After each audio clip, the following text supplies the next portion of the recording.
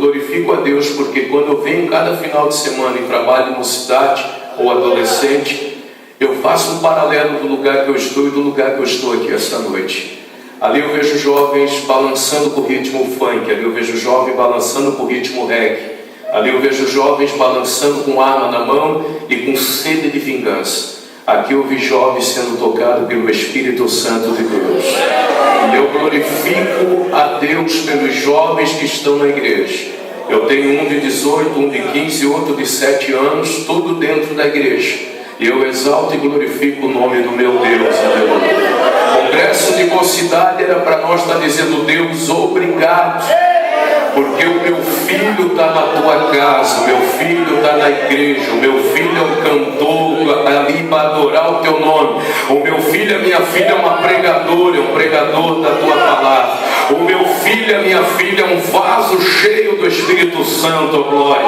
Quem tem motivo para adorar e glorificar o nome de Jesus aqui, era para nós estar alegre, irmão, não precisava nem pedir para levantar a mão, aleluia. Era para nós estar falando língua estranha, era para nós estar abençoando essa mocidade, era para nós estar dizendo: Deus, obrigado, eu tenho motivo para adorar o meu Deus. Quem tem motivo essa noite aqui, adore o nome do Senhor. Motivos para adorar o Senhor nós temos de sobra, glória a Deus.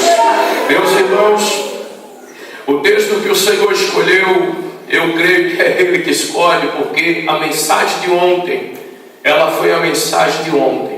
Como diz o carioca no Rio de Janeiro, padaria de Jeová, o pão não pode ser dormido, não pode ser de um dia para o outro, tem que ser forneado na hora, tem que ser revelado.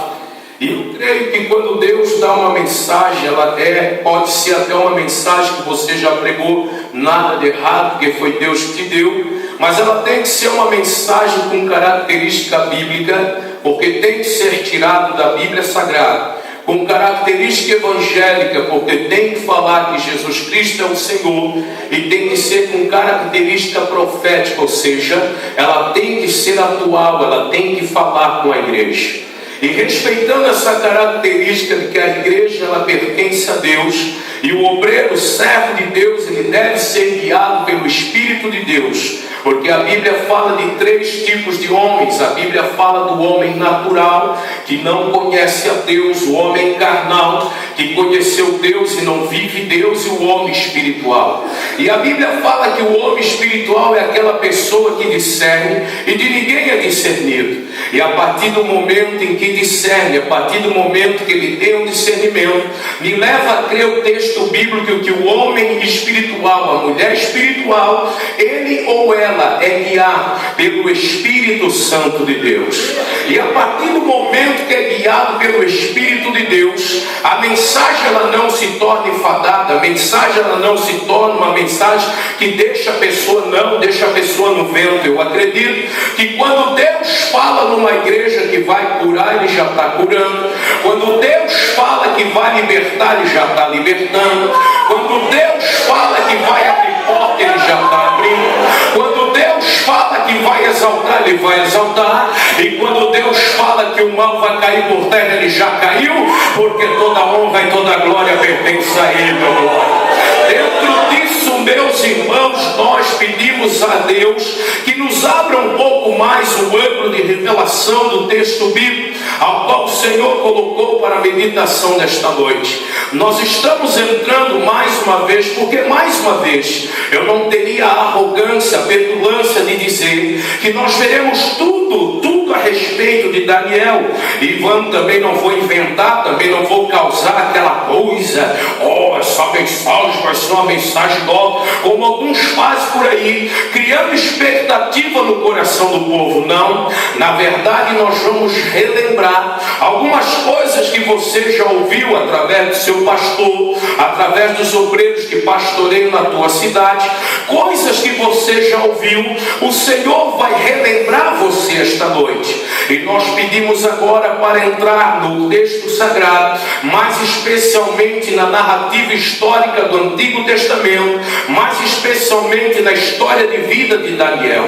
Mas é claro que quando nós falamos da história desse texto, o contexto histórico de Daniel capítulo 3, aqui não está falando de Daniel especificamente, está falando de 3 homens chamados Misael, Ananias e Azarias, e mais conhecido dentro da cultura cristã como Sadraque, Mesaque e Abidnego. Na verdade, o nome próprio deles não era Sadraque, Mesaque e Abidnego. Para nós entendermos o porquê que o nome deles foi trocado, de acordo com a cultura de Nabucodonosor, o rei da Babilônia, a cultura pagã babilônica, nós teríamos que retroceder um pouco mais na história bíblica. Nós estamos entrando num dos períodos mais tristes, um dos períodos mais caóticos da história do povo de Deus. A história bíblica relata que o reino do norte, o reino de Israel, porque houve uma divisão, de acordo com o primeiro livro dos Reis, capítulo 3, houve uma divisão no reino quando Salomão morre. O seu filho Roboão assume o comando da nação, e a Bíblia diz que Roboão não seguiu o conselho do seu pai. Isso fez com que houvesse uma rachadura no reino de Israel.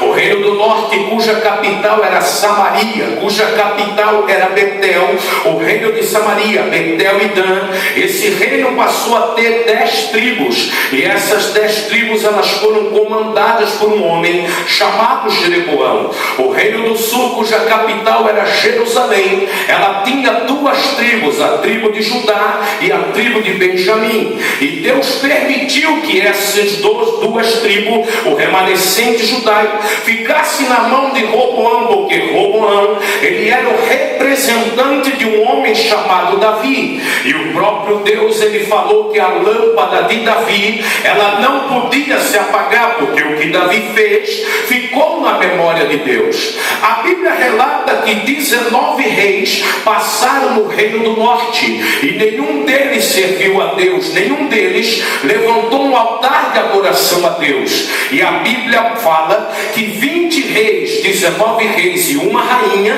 passaram pelo reino do sul. 8 deles foram homens que temeram a presença de Deus. 8 deles foram homens que levantaram um altar de adoração